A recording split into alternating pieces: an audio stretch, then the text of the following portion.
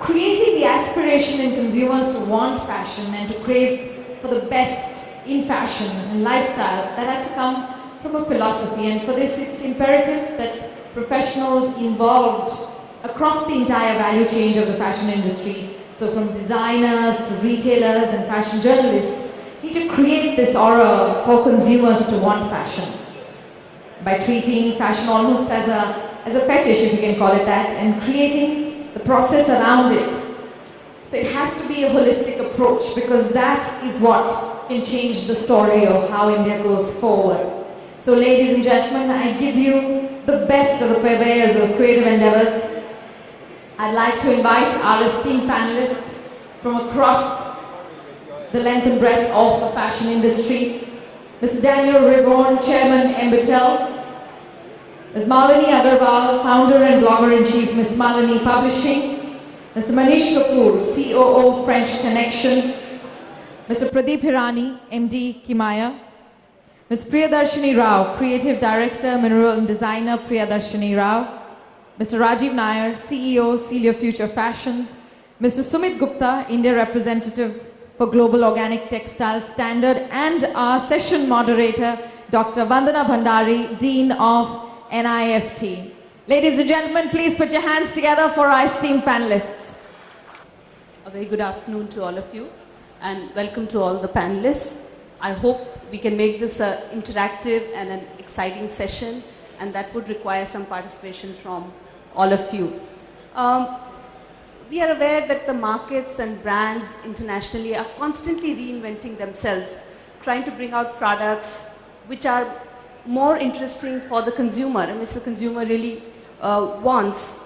And all of us know that the consumer is increasingly aware of what is going on around him, about his identity, about his interests, and he wants more from the markets that are there. And the role of science and technology in the choices that he's making is also becoming so much more. So we have people from different brands, retail people, from the designer segment, from e-commerce to organic substances, sustainability, looking at issues of labor. We have Malini with us, who's blogging and then trying to bring the latest of fashion to the masses, and how to make it more interactive, how to make it more real for people. And I'm going to start with asking Malini to talk about the kind of work that she's doing and how it is so relevant today in the context of what is new in fashion. Malini. Thank you so much, Vandana. Hi, I'm Malini, or Miss Malini as everyone calls me. This is what I think I look like on the internet. So basically what I do is I run a blog, now more of a digital magazine enterprise called MissMalini.com, which I focus on Bollywood fashion and lifestyle. And obviously these are things that I love and I'm passionate about. And I feel that in this day and age when there's almost too much information online, we really need curators, especially for brands or any enterprise that is trying to reach an audience. So my audience is 18 to 35, skewed towards female, highly educated, probably doesn't have kids yet, it's a little spending money, she's kind of in the sweet spot. And I think for her, just like me, it's almost too much information to go and try to find. For instance, if I Google, okay, I want to buy a pair of shorts, I can't say where should I go buy a pair of shorts, it'd be too many answers. You want a curator who'll help you figure out what's fashionable, what it means when you see something on a Gucci runway, and what does that mean for my closet, or what should it mean without me having to rob or break a bank to be able to afford it.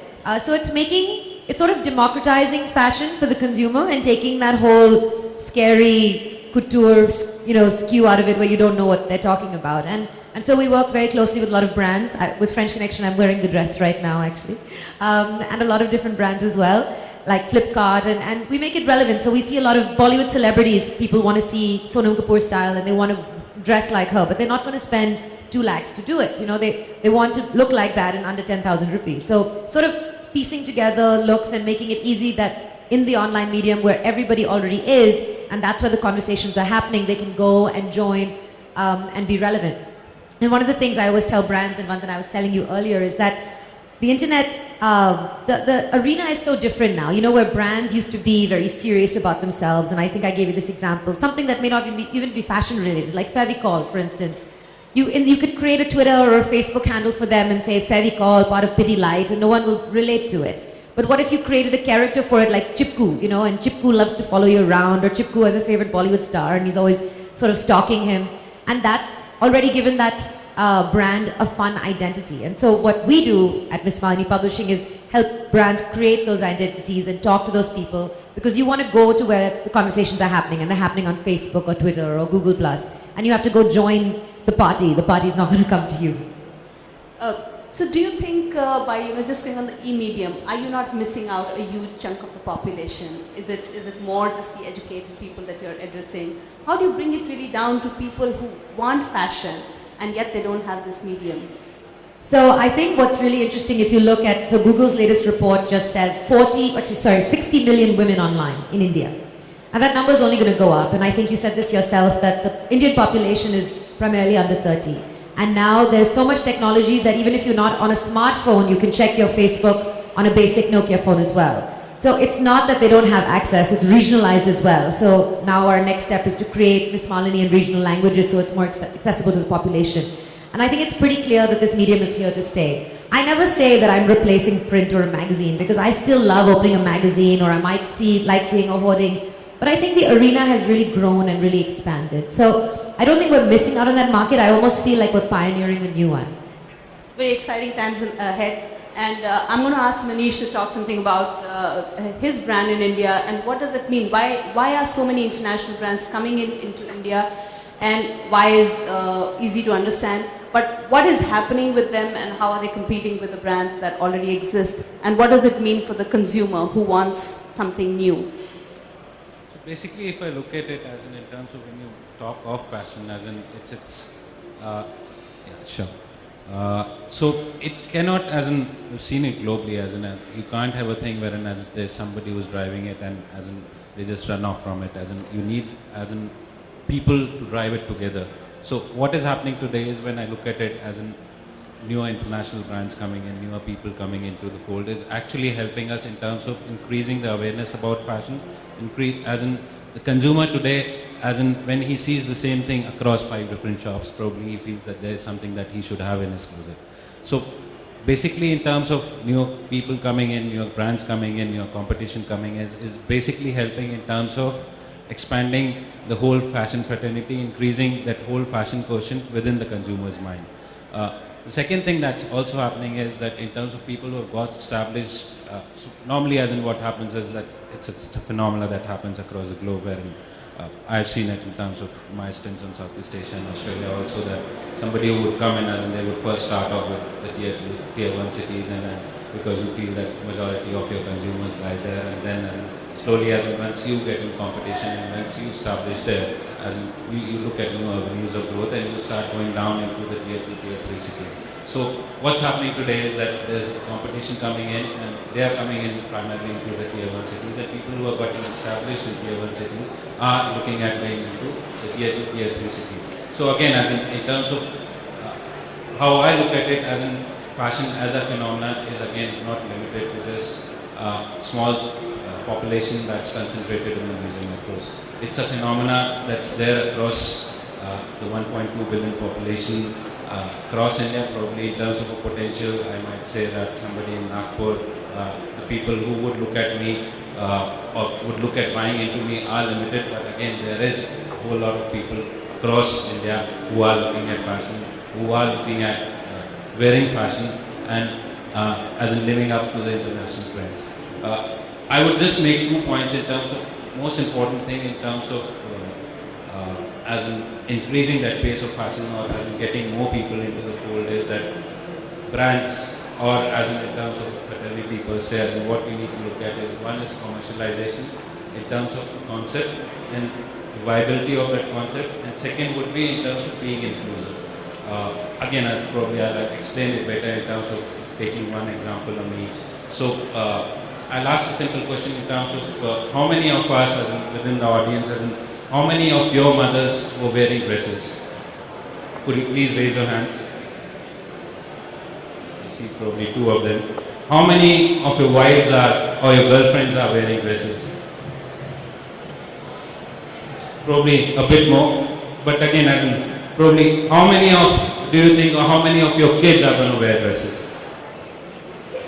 So again, as in this explains the commercial bit, as in terms of saying that you have to look at it. So if I were to look at saying that I want to Indians first, as in I've seen Indian fashion evolve, especially on the women's wear side of it, wherein as in we used to, as in started off wherein it was difficult to sell t-shirts and denim, and then again t-shirts and denim became the main fold. And then I used to stand in shopping centers and think, as in why would we, and when would we able to sell shorts?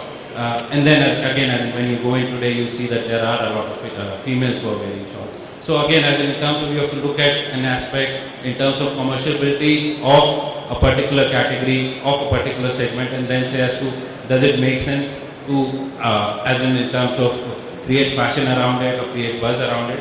I'll probably take another example in terms of when I talk of inclusiveness. We've seen in terms of last 2 seasons, as in colored bottoms, chinos or trousers have been a big trend in India.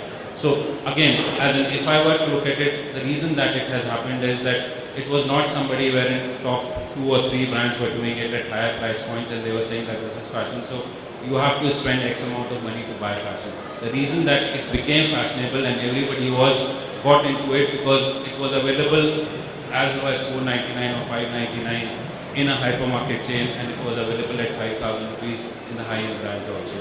So basically, as in, that's what I mean with inclusiveness. But Manish, just a question for you.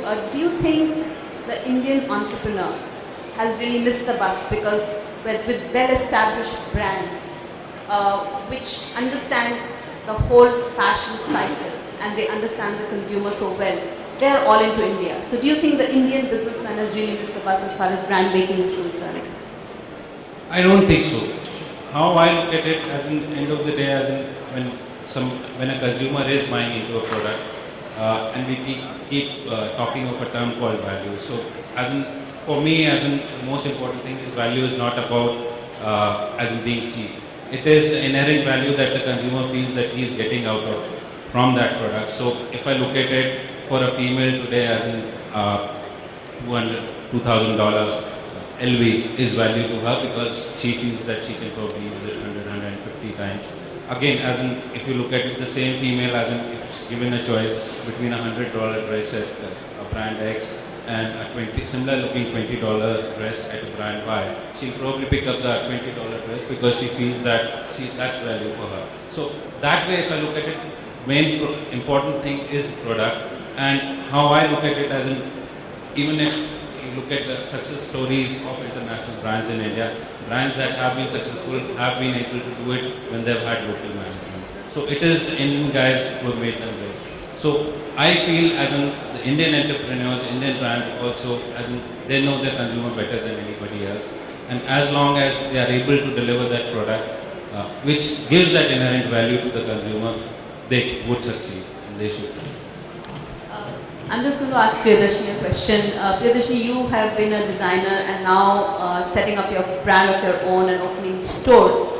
So what was your, these are really strange chairs and they have a life of their own. So what do you think has been the change moving from the designer to a retail space and setting up a brand of your own? And what was the motivation behind it? Well, to a large extent, being a designer kind of, sets you in a different world altogether. For about 17 years, we had this brand called Priyadarshini. Is this working? Just keep it closer, yeah. We had this brand, my signature brand, Priyadarshini Rao, which only sold what we call luxury prep. Over time, we realized that being out on the high street was where we wanted to be. There was a very distinct signature of the label which could be translated into a brand that would sell at an average price point of about 1,500 to 1,700 rupees. And we strongly believe that the Indian woman, and here I very clearly talk about the women's wear market, the Indian woman at some point is looking for it was mentioned earlier, very clearly she's looking for value. but she's also looking for something that fits well and that works for her aesthetics. Her aesthetics are not always as toned down as her Western counterpart. She likes a little, a little additional something on her outfit. It could be a top, dress, etc. We figured that the brand Mineral would be able to achieve that for the Indian woman. I think where we really gain is the fact that we also understand that the Indian woman has a figure that is not similar to any other country or subcontinent in the world. She requires a certain kind of a fit, and this woman is moving from she's moved on from ethnic into fusion and is now looking at the Western wear market. And this is, I think, the space where a lot of Indian entrepreneurs, Indian brands can come in and grow into the B and C cities as well. Thanks. I'm just trying to figure out that chair. Can we bring that chair up quickly, please?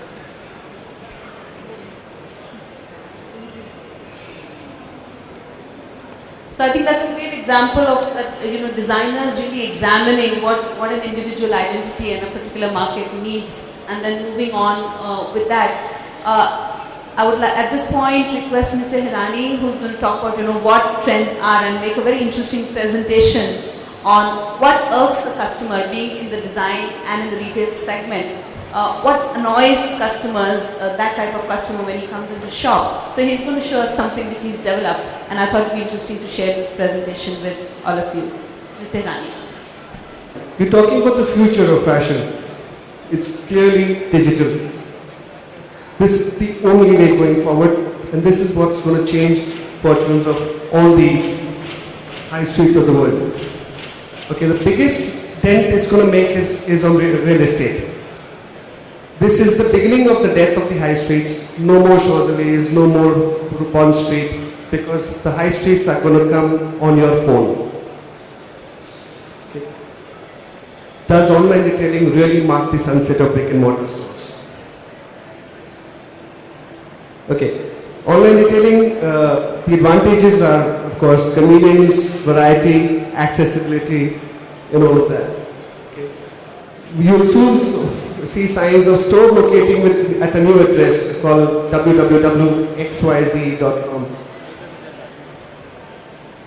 Okay, one more thing that's going to really take fashion by storm is technology called 3D printing. 3D printing, as you all know, is the Xerox machine of 3D objects. You can take any object, put it in a specified machine, and within half an hour you'll have a copy, or even lesser. Okay. That's going to change everything. That's going to change IP laws also, because there you could just have a pair of Chanel glasses copied without infringing IPR laws, because you're not doing it for commercial purposes. You're not selling it. That's going to change that too. Okay. I call 3D printing the new dictate of fashion. This 3D printing will from the ramp to your house, this is the shortcut that people are going to prefer. This is one thing that's going to make things cheaper, accessible, and you will experiment with it. Suppose a brand makes only a black color in a particular product, and you want a neon color or multiple colored product. You could always design it yourself. And of course, it's green, it's sustainable. Okay, one more technology. You come here wearing a white shirt. You wish by the evening you need your color of the shirt changed. You go into a party, you want a pink shirt or a blue shirt or whatever. Color changing technology is going to stay. It's going to come to stay. Your body temperature can decide the color, or you can decide the color, and that is possible through wearable computers. Wearable computers are people will no longer carry PDAs and devices. They will all have a microchip, washable microchip in their clothes, which they can design. They can decide what color to change, what design to change, whether they want polka dots or stripes, at the press of a button. Okay, clothes that change color with temperature is fine, but clothes that even change with temperature. If you're going suddenly to an air-conditioned room, automatically the pores in the clothes close. If you're going to in the sun, they'll make it more porous, like a chameleon. 3D clothes where you could decide the print, and not only that, these are screens.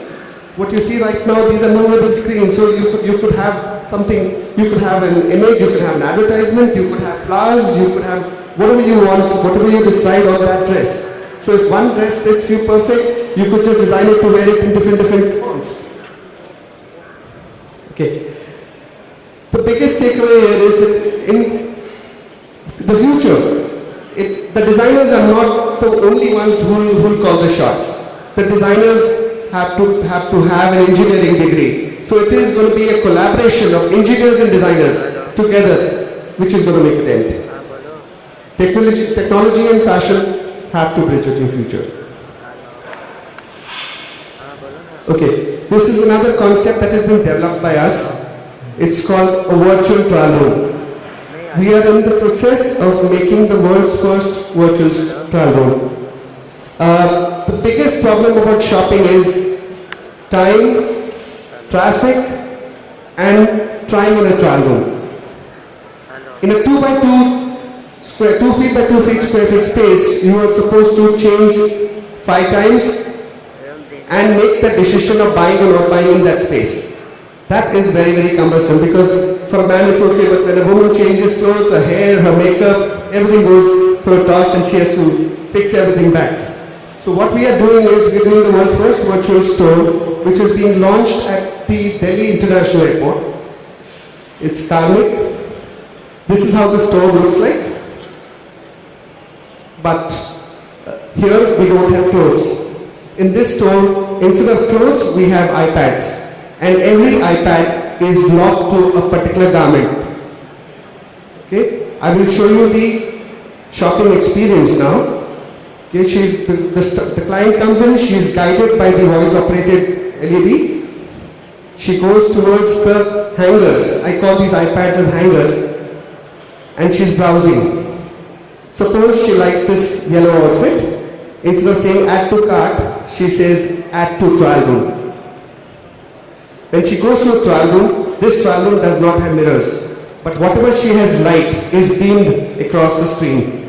By the wave of a hand, this garment comes on her in 1.2 seconds. She doesn't have to try on the garment. If she wants a size bigger, all she has to do is raise her hand up, or a size smaller, wave down, and the smaller size fits into her.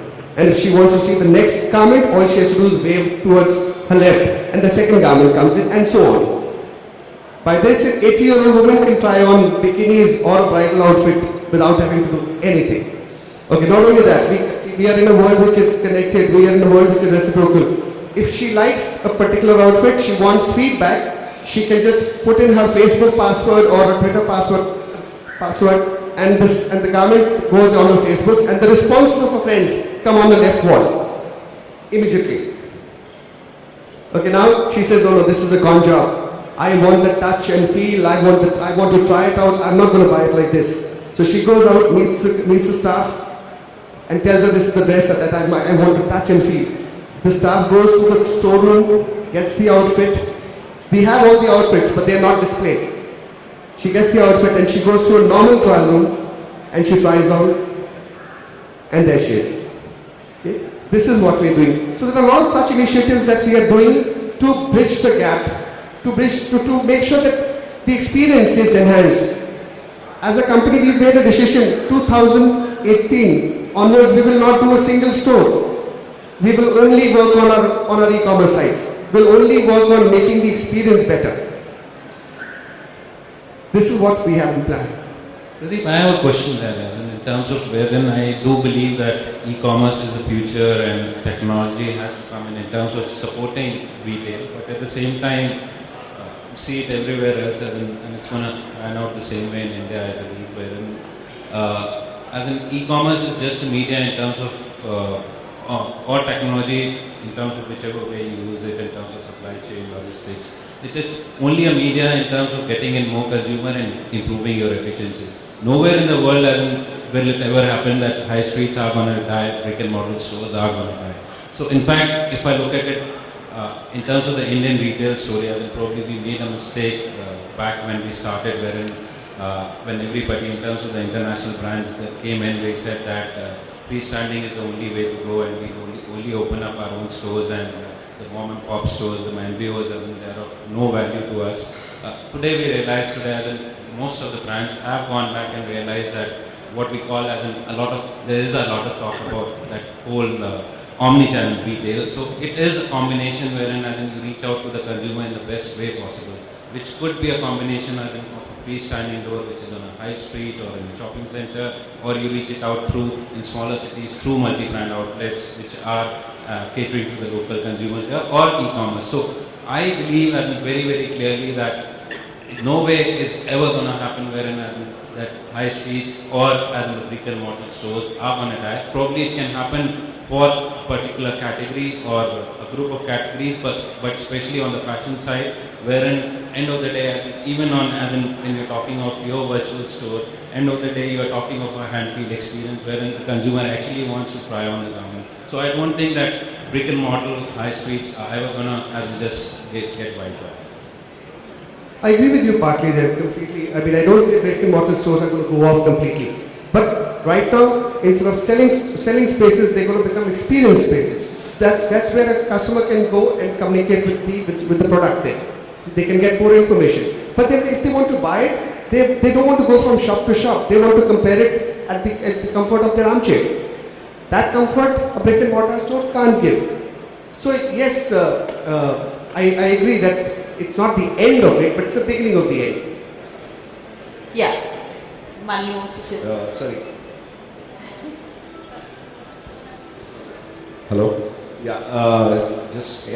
Almost I'm like thrown off by a bit of technology here right now because I've been a hardcore retailer for the last 20 years. So I almost see my job kind of getting away from me with the invention of technology. Because I spoke to a guy from Amazon about 2 years ago. And he said, I don't care much about product, I don't care much about retail, I only care about algorithms. And we are absolute engineers like the way you mentioned, and we just care about the formula which actually gets you to the right product and actually gets you to the choice of simpler choices.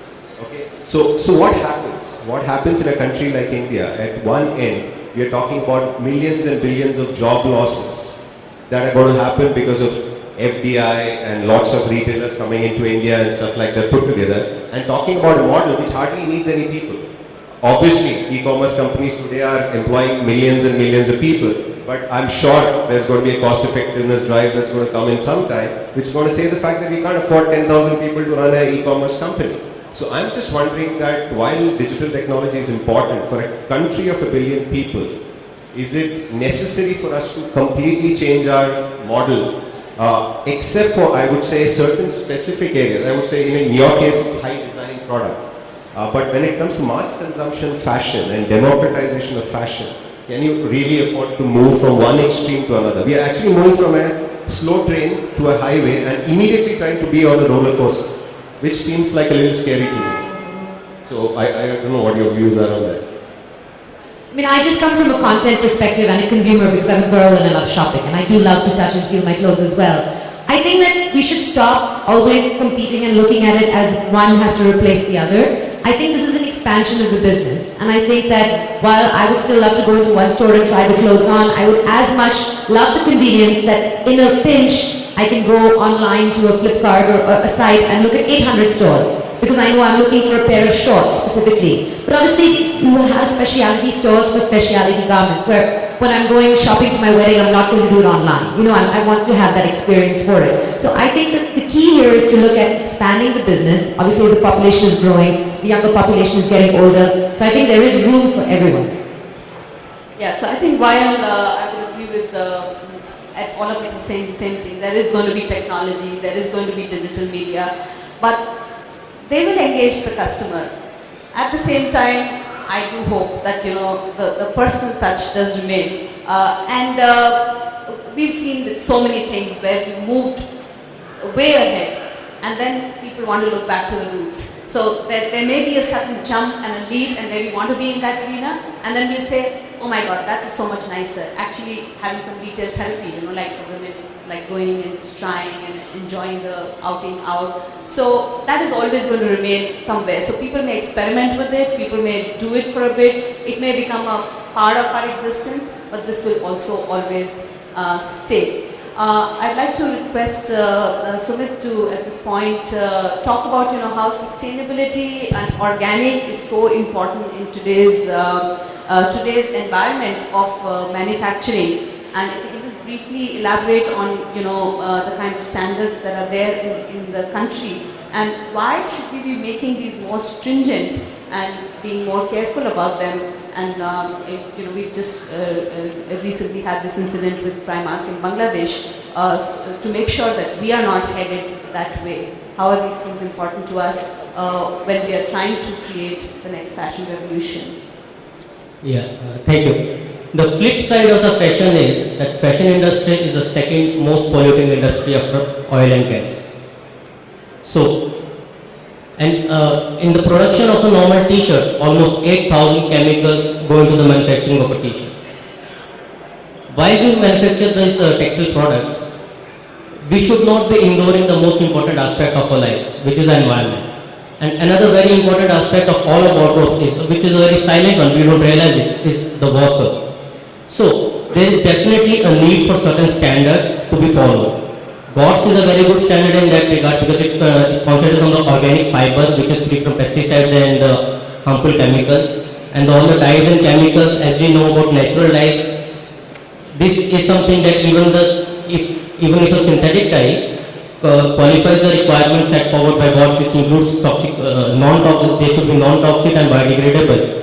Even the synthetic dyes are also available, which are low-impact synthetic dyes. So if those dyes and chemicals are used, and all the social compliances like fire safety, as you rightly mentioned about Bangladesh, if the fire safety is met, suitable facilities are available for the workers, they have certain rights, there is sufficient protection from the sexual harassment and all. All these aspects are followed. If all these aspects are followed, that makes a product sustainable in the real sense. Unfortunately, there is a lot of gap in the knowledge part, because many people think if the starting fiber is organic, it is sufficient, they can even sell the final garment as organic. But I would like to inform you and tell you all that this is not the case. There are set standards like GOTS is there, organic exchange is there, global recycle standard is even for the recycled polyester part is there. There is a standard like global recycle standard, recycle content standards which are in place. So there are standards which govern how we should, what needs to be done. All over the world there are more than 3,000 facilities which are certified. In the manufacturing side, and all the leading brands are following organic. Even there is a group called ZTSC, Zero Discharge of Harmful Chemicals, which have devised a roadmap to zero by 2020. So they have said that. I may interrupt you. Yes, we understand that there are standards, and all of us are aware of that. I'll just move to Rajiv for a second and say, Rajiv, how do you actually educate the consumer on the value of these standards and these things that are, the whole issue of sustainability, the whole issue of looking after the worker, the whole issue of a green environment? How would you as a brand educate the customer on this, and what is the value add in this concept? No, I think first important thing is before you start educating the customer, I think all of us, agree the fact that being responsible, I think contribution towards the community is becoming a very important aspect. I think way back about 5 or 6 years ago, actually I had the chance of actually attending the World Retail Congress, and they started talking sustainability about 5 or 6 years ago in a very big way for retailers. And I think this has become the most important aspect, and what he's saying is already dawning on all the retailers internationally. So one of the most important things is the fact that before you start communicating to consumers, can you start first being more responsible as retailers? Just to give you an example, Celio as a brand today doesn't work internationally with any factory which is not BSCI compliant, which is basically social compliances. Doesn't work with any factory which is not OECO-TEX certified. It may take a little bit more effort. It may take a little bit more time. It may make the product a little bit more expensive. But finally what you're delivering to the consumer is great quality And at the same time, as a brand, there is also a sense of conscience, which says the fact that what I'm giving to the consumer is not just good-looking products, good-looking fashion, good-looking means of consumption, but actually I'm being more responsible. So I don't think we are at the stage at this moment in time that we want to tom-tom about it at the stores and talk to the customer that because we are responsible, you should buy it from us and at a higher price, which I'm sure a lot of global standards are today doing. The goal is the fact that you are part of this planet, you are a responsible citizen, you are a responsible company, and you need to work towards it. There is no imperative, I mean, there is no choice. But do you feel like the consumer is demanding it? He insists that it should be green? Honestly, the consumer is not willing to pay a higher price today for products which are sustainable. At this moment in time, I'm sure there's a lot of awareness around, and that awareness has been building over the last 5 to 7 years. Indian consumers are definitely getting aware. Going forward, if we go to maybe about over the next 5 or 7 or 10 years later, when the Indian consumer starts evolving to the extent of some of the countries in the world, for example, some of the Scandinavian countries, maybe countries like Germany, where consumer says the fact that I've now achieved everything in life, I've actually started consuming, I've got the best of fashion, I've got enough money to spend. Now it's time for me to contribute back. Like, for example, philanthropy. You know, people who are extremely rich in the country, Azim Premjis of the world, are today contributing back, Bill Gates of the world contributing back. A normal consumer today doesn't really need for it. But maybe going 5, 7, 10 years later, I'm sure Indian consumer will be as enlightened as a Scandinavian consumer, and it's going to make a difference. So moving a little away from sustainability, you look after a menswear brand, and which is a pretty, to me, I don't know, to the men, it's a boring segment in India. What do you think your brand is bringing new into the country? So actually Celio is a brand, I think, which doesn't try to standardize menswear. It's a brand which tries to democratize menswear. There's a word that, maybe Malini actually mentioned earlier, is the fact that in a market which is extremely poor in Europe today, Celio grows at the rate of 7 to 8% in a country like Italy, about similar percentages in the markets of Spain, and obviously in the emerging markets of this side of the world grows at a much higher pace. Why does that happen? Because I think the owners of the company believe the fact that the brand has to be affordable, accessible to the customer, at the same time giving a sense of twist in the product. For example, if you've seen the asterisk logo that we have on the Celio brand, that stands for one of the values of the brand, which says every product with a twist.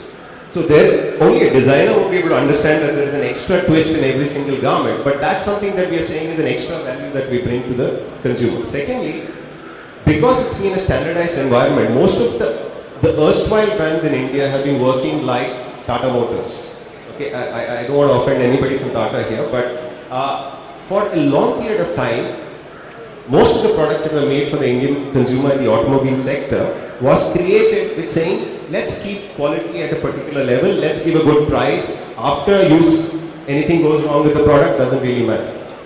Yeah? So that is the mentality with which we created standardized cookie cutter products for men. I don't want to name brands, but that has been something which is there. I think the new league of brands are coming in.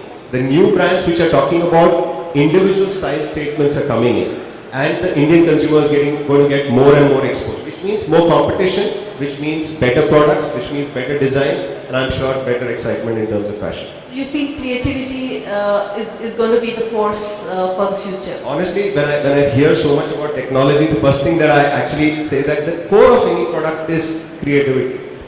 Core of any product is not just understanding the consumer, but almost giving him a moment of magic.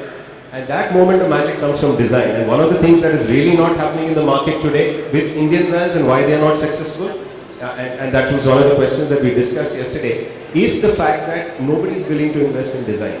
Nobody is willing to invest in fashion. And without doing all of those fundamentals, whichever way you try to sell it, whether it's through internet commerce, through digital, through all kinds of digital formats, it's not going to really work. So adding to Rajiv's design and fashion, I come from a fashion institute, and very often our students, so many industry members are sitting here, so I'd like to make this point. So many designers whom we train, they go out and they say, we are not allowed to design, we are just producing products. And I think if we could use the skill which is already being imbibed in them, then maybe we would be able to create new arenas in the world of fashion.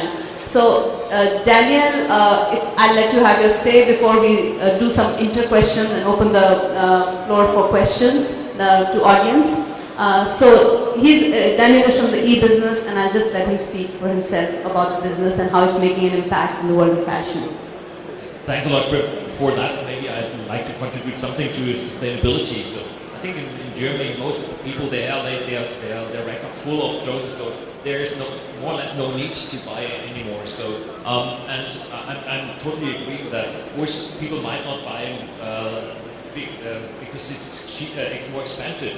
But at the end, if the brand is loyal by non-sustainability, that's what we see, and we have seen that, especially by establishing the standard, that companies not joining such kind of standards will just spoil the brand. In terms of, you leverage digital technologies, and we've seen a presentation which is quite amazing, which contains a lot of the very up-to-date ideas, and it's really very interesting how you can leverage first, how you can leverage the technology, the digital age, in terms of creating clothes, like coming from a more static approach of design towards an agile approach, including community, towards how to do fashion, how to create the fashion. So even I think in future we might shape our clothes automatically by some digital technology towards selling. And I think selling, as we said, is the e-commerce only a sales channel, or it will completely replace the kind of retail we have today. So I've seen a talk just a few weeks back saying the retail store in future will be the showroom, nothing else than that. And I think digital technologies can definitely help to increase your capabilities in production, in creation, production into selling. At the end, one interesting approach for one client, we did a trial one with 10 stores, and we realized that offering some kind of digital window within the store, giving the clerk the opportunity to sell products which are not available at that point of time, means like not the same size, or the size that's needed, the colors needed. So it's increased your sales of about 30%. So it will also gives you an understanding of what the digital age can bring in as an advantage. Of course, there are also disadvantages. I'm sure. Again, sustainability, adding tech like digital circuits in your clothes might not add sustainability. Instead, I think it's harming it. But I think but there are so many possibilities from our side. Thank you, Daniel. So I think everybody talking about digital and technology and good words, good things to use, but to me the human mind is so important, and how are we going to use that technology, how are we going to use what that provides to us, and where can we take fashion forward. So I think creativity is really going to be at the core of the whole business. We will have the whole platter, it's available to us even today, more so than to the West, but I think we are unable to channelize it in the right direction to actually make fashion India. And I would request if anybody has questions of each other on the panel, or if the audience has any questions from the panel, we'd be happy to answer them.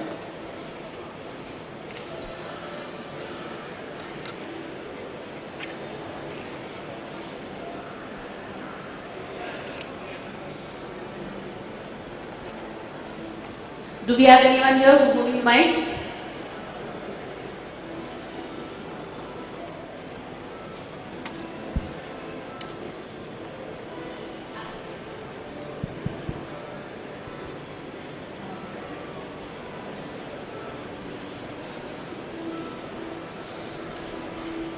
Could you just identify yourself? So, I'm Puneet. I work with Snapdeal.com. So this question is for Malini. So Malini, you say that the customer wants to have the look of what Deepika Padukone is having, right? And then you create those looks for maybe some companies, and you say that she is wearing this dress from a big brand, but a similar dress is this, which is half the price. But don't issues like copyright issues or piracy issues those crop in, and how do you tackle those? So, Do you mean in terms of the use of images and things like that? Not only images, in terms of, there's a dress which someone has created, which Yeah. is like a $10,000. Oh, I see what you're saying. So I'm absolutely not saying I'm going to find a way for you to get a cheap copy of this exact outfit. I'm saying a particular look or a style. Suppose somebody has an airport style where they've got their Gucci bag and their fancy shoes. I'm saying that through other brands, like a high street equivalent, which may not be the exact pattern of that dress, but you can create a similar look. So I'll tell you what happens for the average consumer. The average girl, as much as she loves fashion, she might think that there are things that look nice on her, but she doesn't really know what is very fashionable at the time.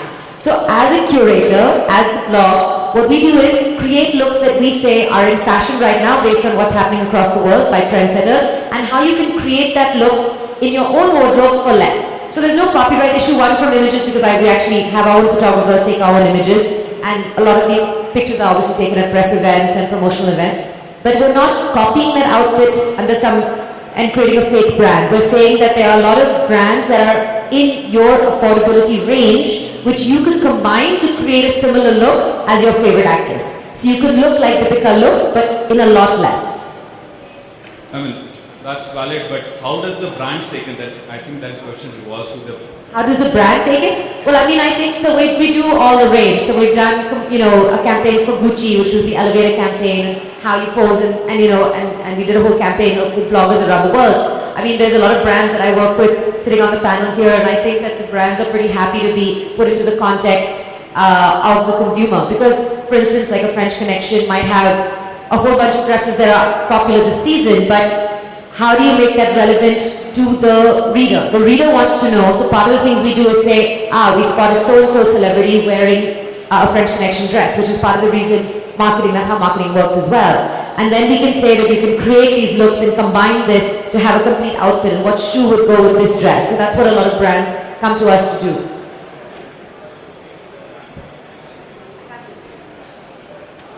I think you're showcasing the brand, but you're selling something else. So it's not actually doing both. So you're showcasing the brand, so the people who can afford that know, okay, that's the Gucci bag and I want to buy it. But for the consumer who can't spend the 1.5 lakhs to buy that one, you're giving them an option that's within their budget.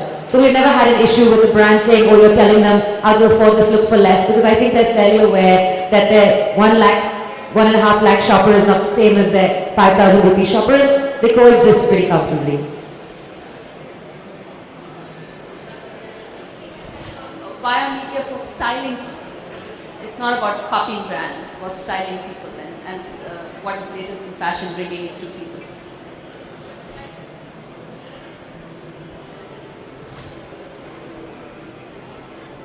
Thank you. My name is Rajesh. I represent Lacoste. My question is to Pradeep. Pradeep, when you showed that carving, it was wonderful. I think kudos to you and your team that you came out with that. But at the same time, you did say that future would be in e-retail and brick and mortar would go away. Nevertheless, when you showed Carmack, you still needed a brick and mortar store to show your products there. And to add to Malini's talk when she said that a girl would like to feel and touch the product. So how do you propose to handle it, and subsequently how do you plan to do away with brick and mortar when you were saying this?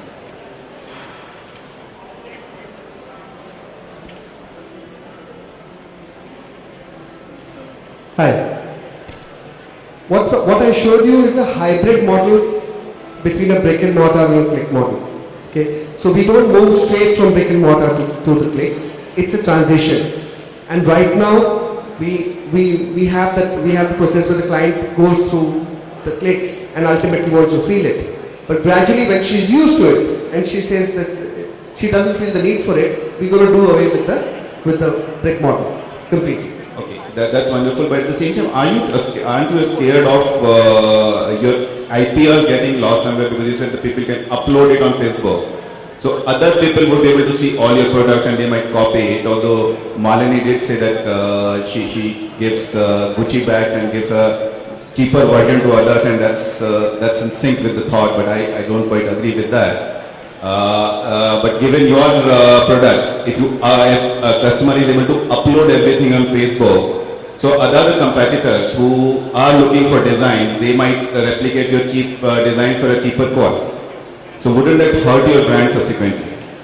You know, the days of protectionism are over. Right now, the moment the clothes come on a ramp, they are all over the world. They're on everybody's screen.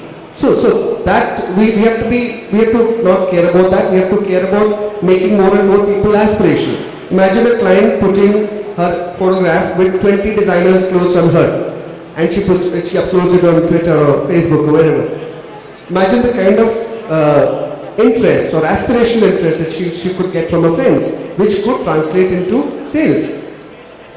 Yeah, I think that's so true. You know, today we see when there's a ramp show happening in Paris, it used to be very secret and hush-hush, and now they are putting it on YouTube simultaneously. So really the time for secrets is over, you know, it's all there, and you have to be so quick to create fashion that your competitors are left behind. So by the time they copy you, you're on to another thing. May I add some more comment to that? So you have to imagine there's also some different ways you can touch and feel. So if you use these kind of sales channel, let's call it that way. So for example, my wife, she meets up with friends like every 2 months. They order online a lot of clothes, fashion, shoes, etc. And they do a kind of a party together at home. And then whatever they like, they keep, and whatever they don't like, they return. So again, you have a kind of touch and feel situation, but without having the brick and mortar store. So I think you have to look beyond that. So there are other possibilities as well. Any more questions?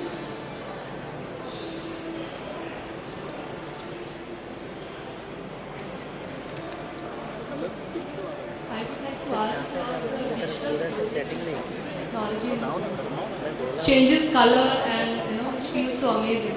But such clothes are not available in the market, and especially in the Indian retail. So when do we expect them? I mean, we have seen all these interesting stuff, but not in the market really. See, the technology exists, the need exists, there is a vacuum. You would love to possess something like this. So the market is there, technology is there, the bridge has to come in. Okay, the bridge comes in with reducing costs, with mass manufacture. Okay, it's just a matter of time. Fashion is all about tomorrow. This is also about tomorrow. It's an eventuality. Everybody in this room would love to possess something that they can decide what color they can change it to. So I think it's just a matter of a couple more years.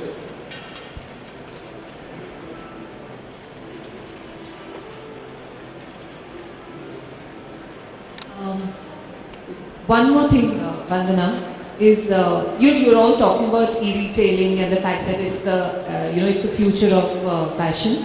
At this one of the aspects.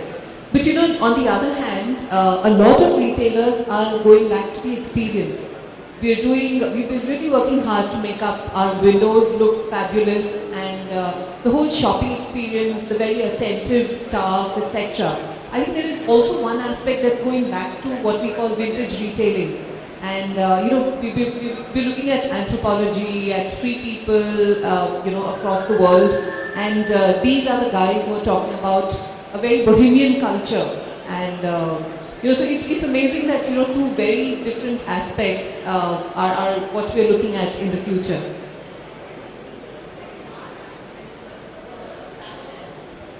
We've seen so many things evolving, and there is room for everything, because ultimately it's people driven. So what does one person like? He likes an experience. Another person likes to sit on his computer and shop. Another person wants to go and touch and feel. One person wants to try. One person wants to do it on the screen.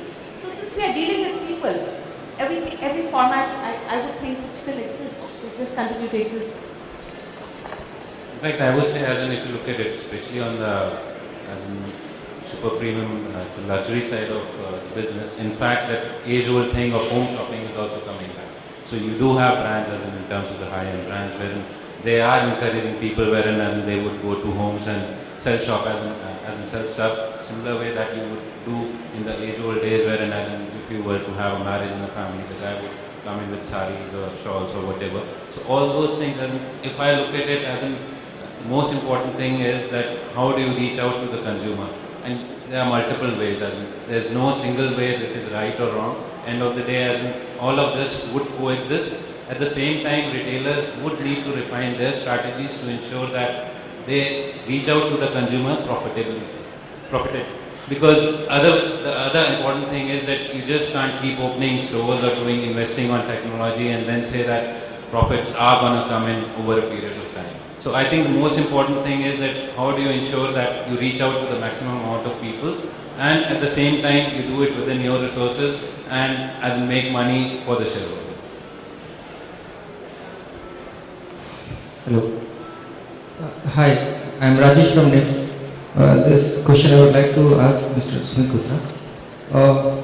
What are the important points you would like to have to suggest to have an awareness in sustainability in India? What are the things you are feeling that? What are the things we should have a focus in India regarding sustainability? Focus. Yeah.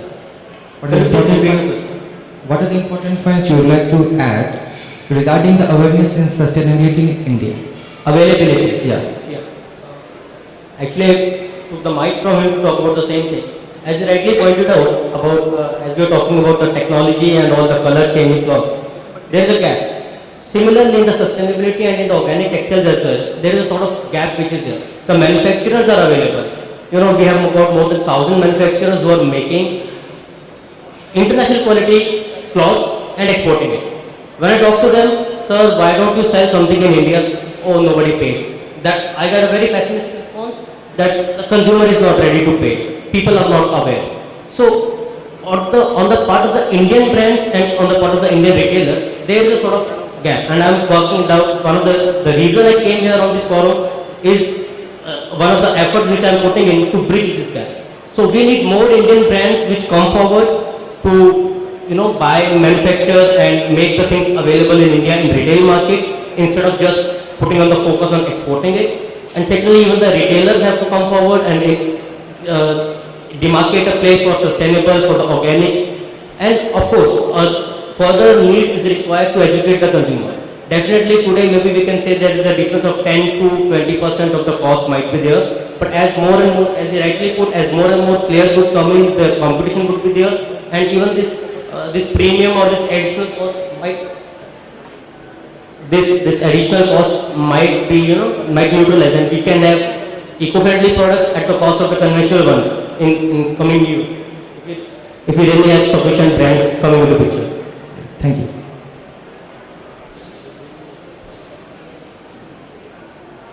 Okay, so I think we're out of time, but really looking at new and ingenious ways of working with things that are around us to revitalize fashion. And at this point I'd like to thank all the panelists who've been so wonderful. I've been bugging them with emails and phone calls, and they've been really supportive. Thank you all so much. Thank you all for listening.